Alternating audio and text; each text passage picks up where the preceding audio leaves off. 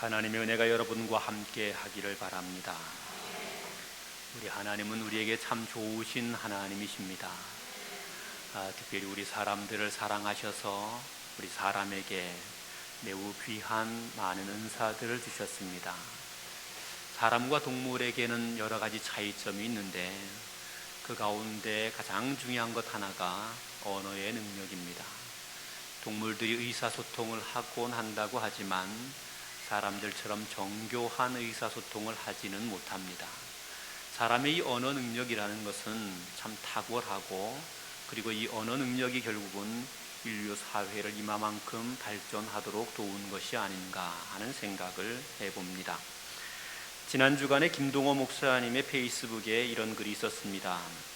사람을 살리는 말이 있고 사람을 죽이는 말이 있다. 우리는 보편적으로 사람을 살리는 말에는 서툴고 사람을 죽이는 말에는 능하다. 이런 이야기를 적어두었습니다. 이 말을 읽으면서 여러 가지로 생각을 해봅니다. 내 말이 사람을 죽이는 말이 되진 않은지, 내가 말하는데 이것을 가지고 사람을 많이 죽이고 죽이는지도 모르고 있지는 않는지 한번 깊이 반성을 해보았습니다. 우리에게 재능으로 주신 이 말이 사람을 죽이는데 능력 있는 도구가 된다면 이건 큰 문제가 아닐 수가 없습니다. 그러므로 우리는 말을 참 잘해야 합니다. 말을 멋지게 해야 합니다. 말을 잘하는 것이 복입니다. 말 한마디 잘하면 천냥빚도 갚을 수 있다고 합니다. 어떤 가게 가니까 이렇게 말하더라고요. 말만 잘하면 공짜라고 합니다. 말 잘하면 공짜로 맛있는 음식을 대접받을 수도 있다고 합니다. 인터넷에 보니 이런 말이 있네요. 말을 잘하는 사람이 성공한다 하는 그런 말이 있습니다. 그뿐만 아니라 말을 잘하면 길이 보인다 하는 말도 있고, 말을 잘하면 공부도 잘한다 하는 말이 있습니다. 말을 잘해야 합니다. 그렇다면 잘하는 말은 어떤 것이겠습니까? 합리적으로 조리 있게 앞뒤가 딱딱 맞아떨어지게 말하는 것, 이것이 말 잘하는 것이겠습니까? 아니면 청산유수의 달변으로 쉬지 않고 그의 입에서 말이 꼬리에 꼬리를 물고 나오게 된다면 그 사람이 말을 잘하는 것이겠습니까? 아니면 이 말에 감동을 실어서 사람의 심금을 울릴 수 있게 된다면 그 사람의 말이 정말 잘하는 것이겠습니까? 잘하는 말이란 어떤 것입니까? 성경은 우리에게 말을 잘하도록 이야기합니다. 우리로 하여금 좋은 말, 아름다운 말 잘하라고 말하면서 가장 우리의 입에서 잘해야 하는 말을 이렇게 이야기했습니다. 아멘이라고 이야기를 했습니다. 우리의 입에 아멘을 갖게 될 때에 이 아멘이라는 말이 가장 잘하는 말이라는 것입니다. 또 다른 성경에서는 사랑이라는 말로도 표현해 놨습니다. 천사의 말, 얼마나 능변이고 잘하는 말이겠습니까? 그런데 사랑이 없으면 아무것도 아니라 했으니 사랑의 말, 이거 참 말 잘하는 이야기입니다. 그런데 오늘 성경에서 우리는 아멘을 잘하는 사람이어야 할 것을 요구하고 명령하고 있습니다. 성경이 우리 예수님을 소개하면서 뭐라고 말했는 줄 아십니까? 이렇게 말합니다. 아멘이시고 충성되신 분이다. 예수님이 아멘이시라는 겁니다. 예수님의 입으로는 아멘을 말씀하셨다는 것이고 그분의 삶 자체가 아멘이었다는 겁니다. 잘하는 말이 어떤 것인가? 아멘 하게 될 때에 그것이 잘하는 말입니다.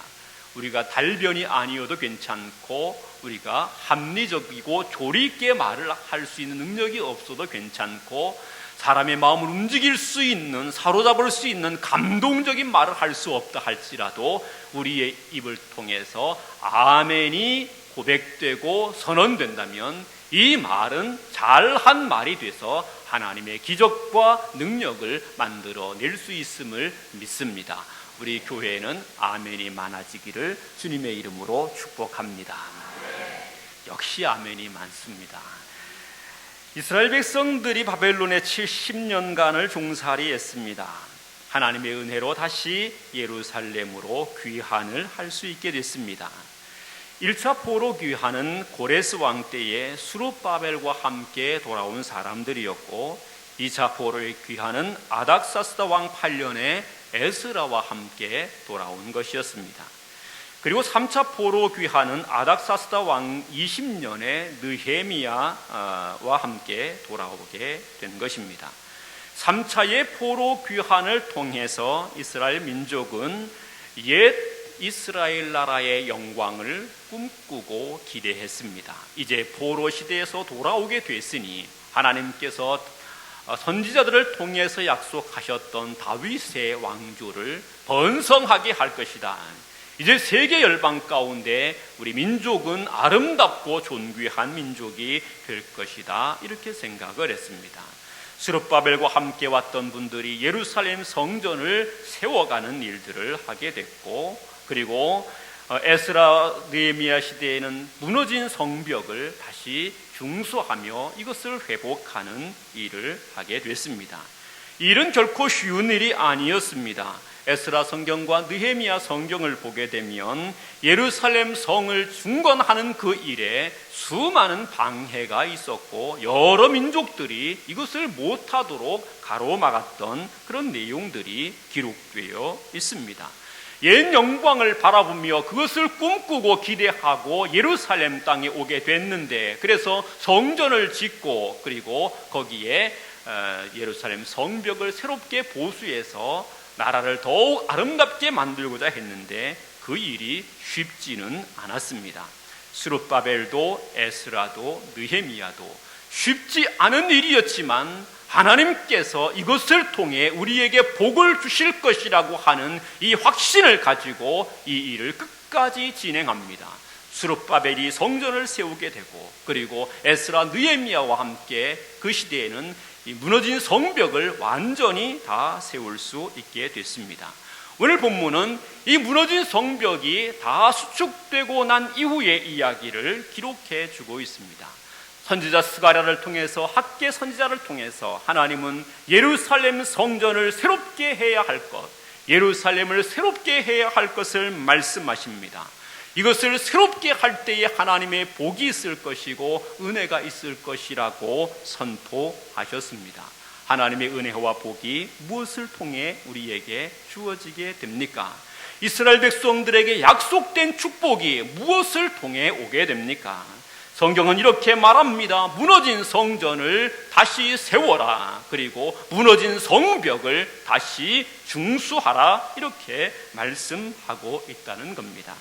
학개 선지자는 그의 성경 1장 8절에서 11절 말씀을 통해 이렇게 말합니다. 너희는 산에 올라가서 나무를 가져다가 성전을 건축하라. 그리하면 내가 그것으로 말미암아 기뻐하고 또 영광을 얻으리라. 여호와가 말하였느니라. 너희가 많은 것을 팔았으나 도리어 적었고 너희가 그것을 집으로 가져갔으나 내가 풀어버렸느니라. 나 만군의 여호와가 말하노라. 이것이 무슨 까닭이냐? 내 집은 황폐하였으되 너희는 각각 자기 집을 짓기에 빨랐음이라. 그러므로 너희로 말미암아 하늘은 이슬을 그쳤고 땅은 산물을 그쳤으며 내가 이 땅과 산과 곡물과 새 포도주와 기름과 땅의 모든 소산과 사람과 가축과 손으로 수고하는 모든 일에 한제를 들게 하였느니라. 이렇게 말합니다.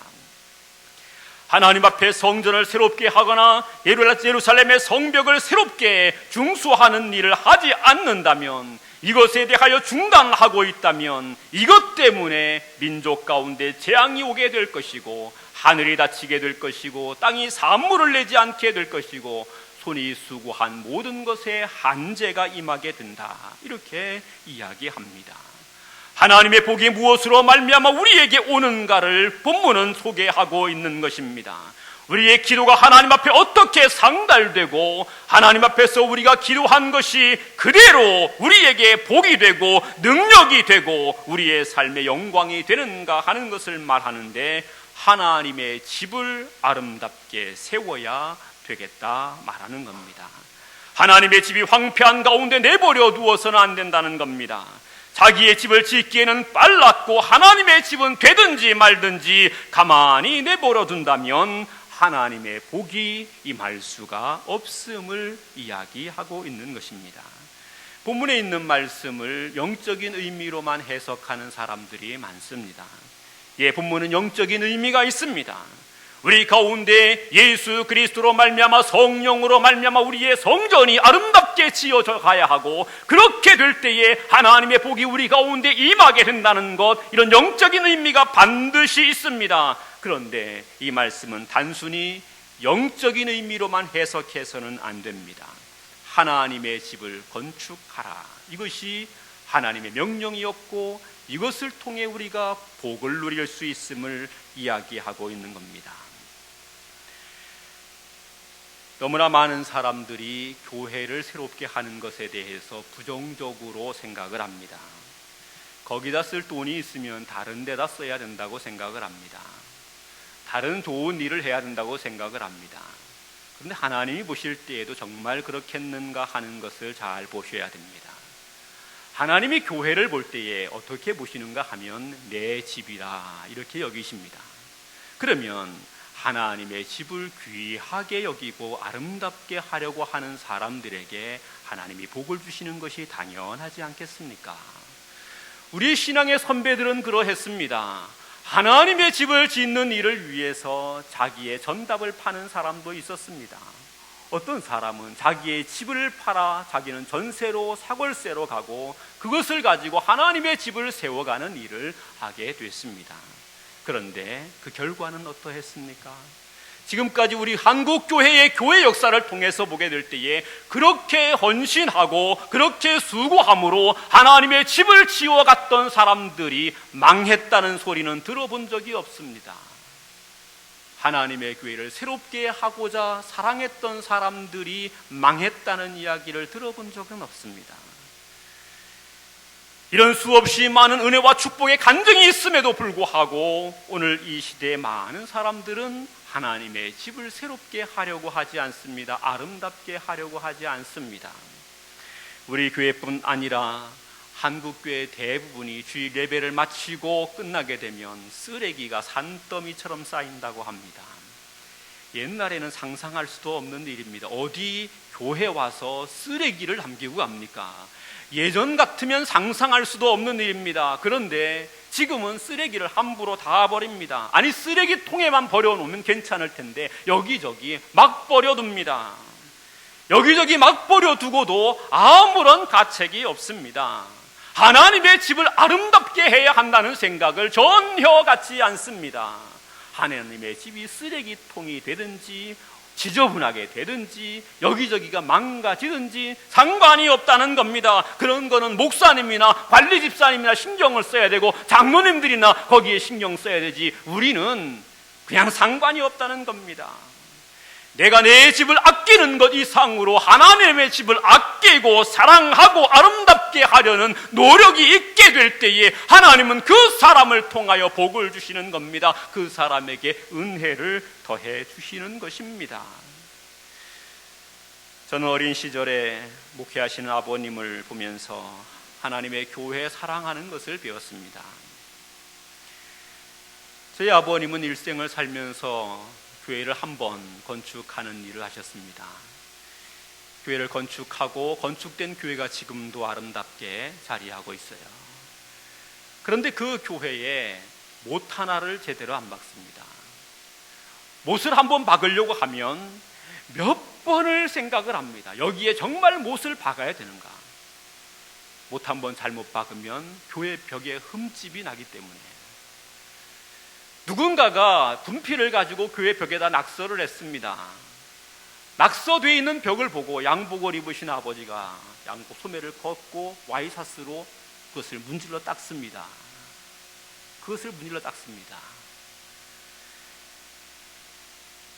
교회 바닥은 거의 일주일에 2번 이상 청소를 합니다.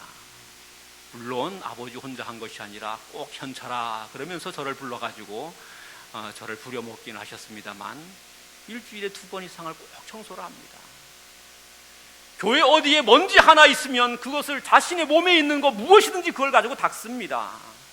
깨끗하게 하려고 합니다. 교회를 그만큼 아끼고 사랑하셨습니다. 저희 아버님만 그랬던가요? 아닙니다. 우리 신앙의 선배들이 그랬습니다.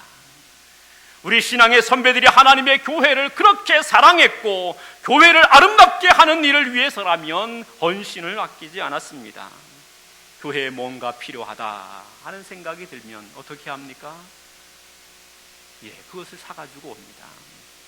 어떤 분은 자기 집에 피아노를 사려고 하는데 보니까 교회 피아노가 낡았어요.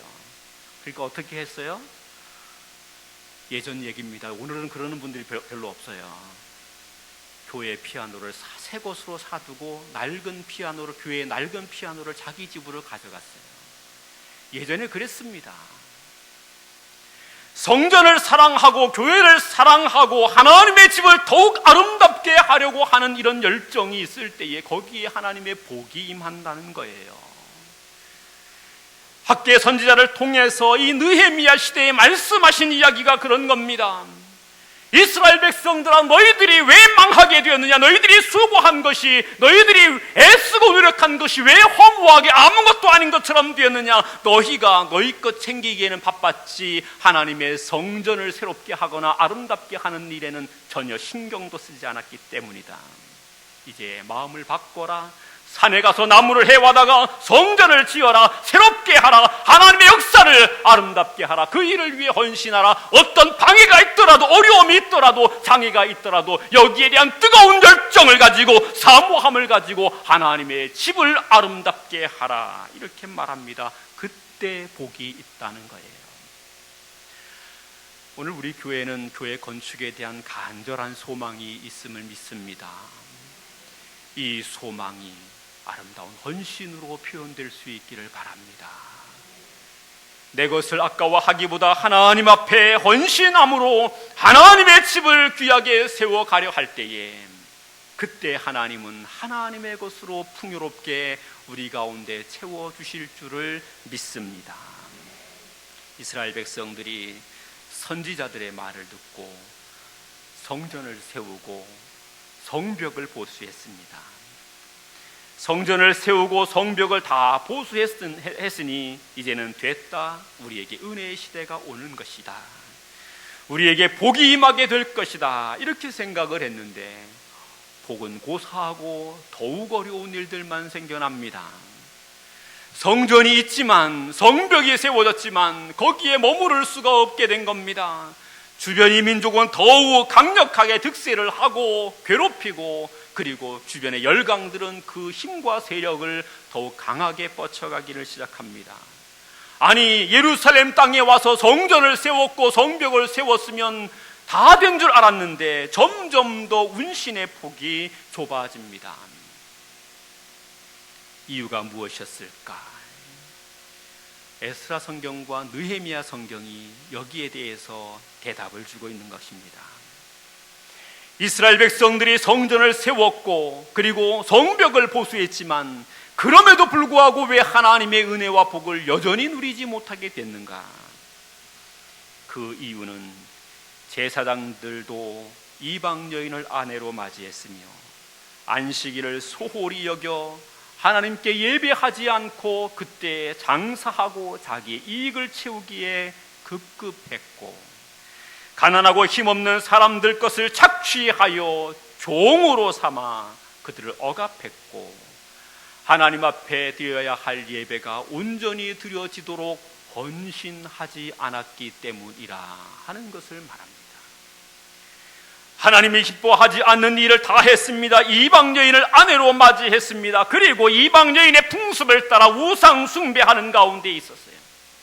안식일을 기억하여 그날을 거룩히 하라. 하나님 앞에 예배하며 하나님을 섬기며 하나님의 복을 기대하며 여기에 합당하게 사는 자가 되어야 하는데 그렇지 않았습니다. 안식일은 안식일이다 내팽개쳐버리고 장사하고 자기의 필요를 따라 자기의 이익을 따라서 그날을 함부로 범했습니다.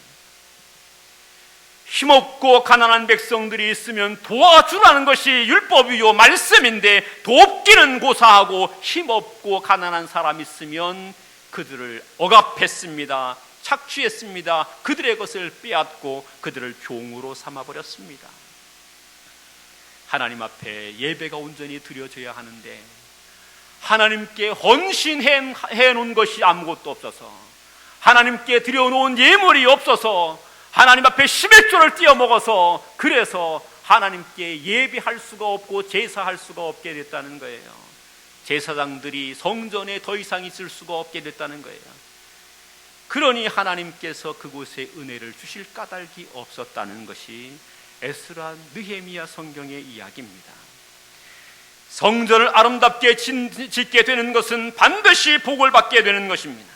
그런데 성전을 아름답게 했다 해서 다 복을 누리는 것이 아니라는 거예요. 성전을 아름답게 했으면 이 성전이 성전 되게 하는 일 또한 해야 한다는 것을 여기에 말하고 있는 것입니다. 우리는 우리 교회를 아름답게 가꾸어야 합니다.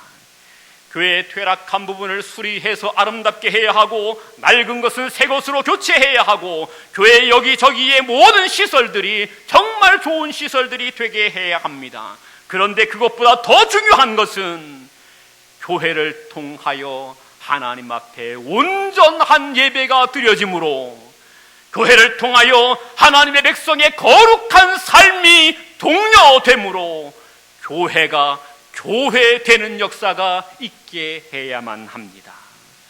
그렇게 될 때에 우리는 하나님의 복을 누릴 수가 있게 되는 겁니다.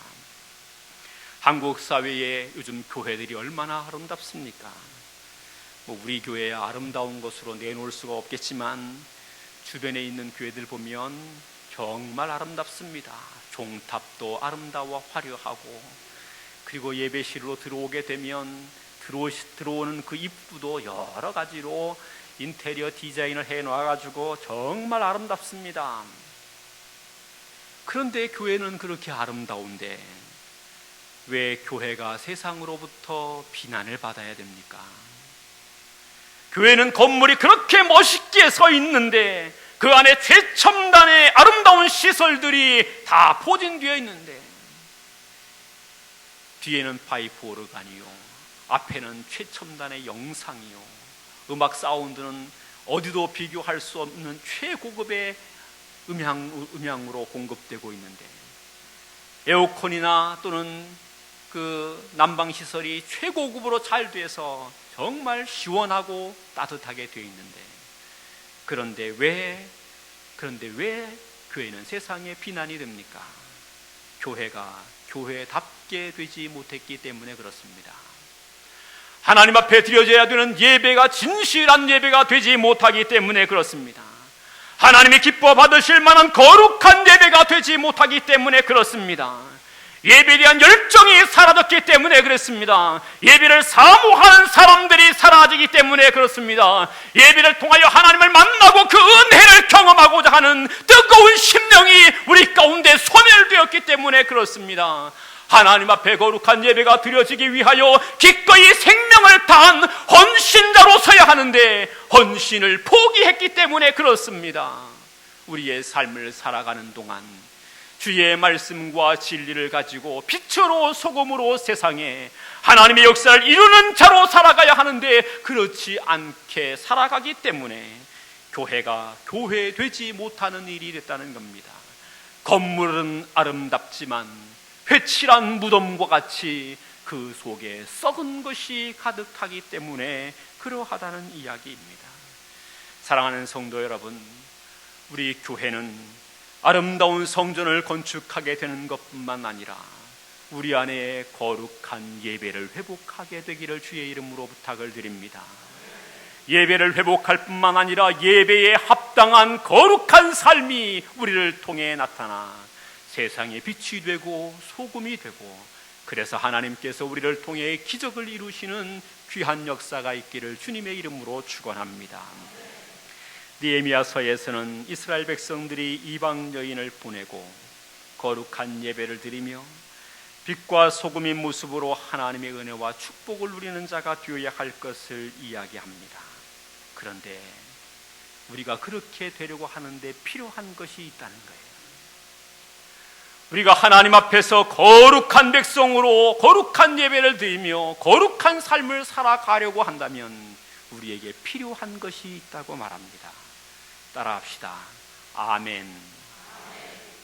아멘이라는 겁니다. 아멘이라는 거예요. 성전 건축했습니다. 성벽을 보수했습니다. 그리고 난 다음에 7월 달에 수문 앞 광장에 이스라엘 백성들이 모였습니다. 그리고 학사 겸 제사장인 에스라에게 율법책을 가지고 와달라 이렇게 부탁을 해요. 에스라가 율법책을 가지고 올라갈 때에 미리 잘 준비한 강단을 마련해 두고 거기에 올라섰습니다. 그리고 에스라가 그곳에서 하나님의 이름을 높이 찬송했습니다. 그랬더니 이스라엘 백성들이 그때 한결같이 그들의 입을 통해서 한 말이 있습니다. 본문 6절에 보니까 6절 우리 함께 읽겠습니다. 6절 시작. 에스라가 위대하신 하나님 여호와의 이름을 송축하며 모든 백성이 손을 들고 아멘 아멘 하고 응답하고 몸을 굽혀 얼굴을 땅에 대고 여호와께 경배하니라. 아멘. 여기에 말씀 보니 아멘 아멘 하고 응답했다고 합니다. 하나님의 말씀을 들고 강단에 서서 하나님의 이름을 찬양하며 하나님 말씀을 선포하기를 시작합니다. 그때에 이스라엘 백성들이 한 일이 무엇이었습니까? 아멘 아멘 하며 응답했습니다. 지금까지 이들의 삶의 성전도 건축했습니다. 그리고 그들이 하나님 앞에 복을 받기 위하여 살아왔었지만 잘 되지 않았습니다. 그런데 이들의 삶 속에 회복의 역사가 일어나기 시작하는 그 시작점에 무엇이 있게 됐는가 하면 하나님의 말씀을 듣게 될 때 그 말씀 앞에 아멘 아멘 함으로 고백하게 됐고, 이 아멘 아멘의 고백을 통해 이들의 삶이 변화되고 새로워지게 되고, 이 아멘 아멘의 역사를 통하여 하나님의 은혜와 기적이 그들 가운데에 나타나 임하게 됐음을 증거하고 있는 거예요. 우리 가운데 하나님의 기적이 일어나기를 원하십니까? 그렇다면 우리의 입술이 아멘 해야 합니다. 하나님의 구원과 축복이 우리 가운데 풍성하게 임하기를 원한다면 우리의 입술이 아멘 해야 합니다. 우리의 나라와 민족에 하나님의 복이 있어서 이 나라 민족이 세계 열방 가운데에 아름답게 세워지기를 원합니까? 민족을 바라보며 하나님 앞에 아멘 해야 합니다. 아멘 할 때에 하나님의 기적이 나타나게 되어 있습니다. 믿음의 사람들의 입에는 항상 아멘이었습니다. 힘들 때도 아멘이었고, 괴로울 때도 아멘이었고, 감사한 일이 있을 때도 아멘이었고, 언제든지 아멘이었습니다. 그러나 실패하는 시대에는 아멘이 사라지고 불평이 나옵니다. 원망이 나옵니다. 아멘이 사라지고 핑계가 나옵니다. 광야를 지나던 이스라엘 백성들이 그들의 삶의 실패를 경험합니다. 무엇 때문이었습니까? 하나님의 은혜를 받아 누리지만 아멘하지 못하고 원망하고 불평했습니다. 부정적인 말로 살았습니다. 그랬더니 그들이 실패할 수밖에 없었습니다. 변화산에서 내려오신 예수님을 만났던 한 사람, 자신의 아들이 귀신 들렸기에 이 아이들을 고쳐달라고 예수님께 말하지요. 제자들에게 데려왔지만 당신의 제자들이 고치지 못했습니다. 선생님, 하실 수 있다면 내 아들을 고쳐주옵소서. 그때 예수님께서 이 아버지에게 한 말이 있습니다. 할 수 있거든이 무슨 말이냐? 믿는 자에게는 능치 못함이 없느니라. 이 말씀은 무엇을 이야기합니까? 너는 지금 해야 할 말이 할 수 있거든 고쳐주십시오 할 것이 아니라는 거예요. 아멘 해야 된다는 겁니다. 예수 그리스도 앞에 아멘 하는 자로, 아멘 아멘 하는 자로 믿음으로 응답하며 나오는 자여야 한다는 겁니다. 그렇게 되면 하나님의 기적의 능력이 너의 삶에 나타나게 된다는 거예요. 오늘 우리 교회는 아멘을 풍성하게 되기를 바랍니다. 어떤 어려움이 있어도 하나님 앞에 아멘 할 수 있고, 어떤 난관이 다가와도 하나님 앞에 아멘 할 수 있어야 합니다. 하나님의 말씀에 대하여 철저하게 아멘함으로 나가면 이스라엘 백성들이 아멘함으로 누리게 됐던 기적을 맛보게 될 것입니다. 느헤미야 8장에는 이스라엘 백성들이 아멘했을 때에 얻게 된 기적과 축복을 소개합니다. 그 전까지는 여러 이민족을 통해서 고통을 당하던 민족이었어요. 성전도 세웠습니다. 성벽도 세웠습니다. 그러나 여전히 그들에게는 어려움이 있었어요. 그런데 이 7월에 하나님의 말씀을 들으면서 아멘 하게 됐더니 하나님이 그때부터 열어주시는 복이 있습니다. 7월에 초막절을 열어 하나님 앞에 축제의 잔치를 엽니다. 그리고 그 이후에 회개함으로 말미암아 하나님 앞에서 민족의 부흥의 시대가 도래하게 되는 것을 소개합니다. 그렇습니다. 아멘 할 때에 부흥이 오게 됐다는 거예요. 말씀을 맺고자 합니다. 사랑하는 성도 여러분, 저는 우리 교회가 부흥하는 교회가 되기를 바라고 우리 교회에 하나님의 큰 응답이 있게 되기를 바랍니다. 여러분의 삶 속에 하나님께서 채워주시는 능력과 축복과 은혜가 날마다 풍성하게 되기를 바랍니다. 그렇게 되기 위해서 우리에게 필요한 것이 있습니다. 하나님의 교회를 사랑해서 아름답게 해야 합니다. 내 것을 채우기 위해 급급한 사람들 되지 말고 하나님의 것을 아름답게 여겨 하나님의 것을 귀하게 만들어가는 사람들이 되어야 합니다. 그러면 하나님이 우리의 삶의 기적을 허락해 주십니다. 하나님의 교회를 세우는 것으로 끝내는 것이 아니요, 우리의 삶이 거룩하게 되어야 하고 우리의 삶이 거룩한 예배가 되어야 할 것인데 다른 것이 아닌 아멘으로 가능하다는 것을 기억해서 날마다 주의 말씀에 대면하여 아멘하고 이 아멘으로 주의 기적을 경험하는 저와 여러분 되기를 주님의 이름으로 축원합니다. 기도하겠습니다. 하나님 아버지 감사합니다. 오늘도 하나님께서 우리에게 귀한 말씀을 주셨습니다. 주의 교회를 사랑하는 사람, 주의 말씀 앞에 아멘으로 응답하는 사람, 이 사람들에게 주의 기적이 있을 것임을 말씀하셨사오니 오늘 우리 교회가 이 복을 누리게 하여 주옵소서. 하나님 앞에 큰 응답을 맛보며 경험하게 하여 주옵소서. 예수님의 이름으로 감사하며 기도하옵나이다. 아멘.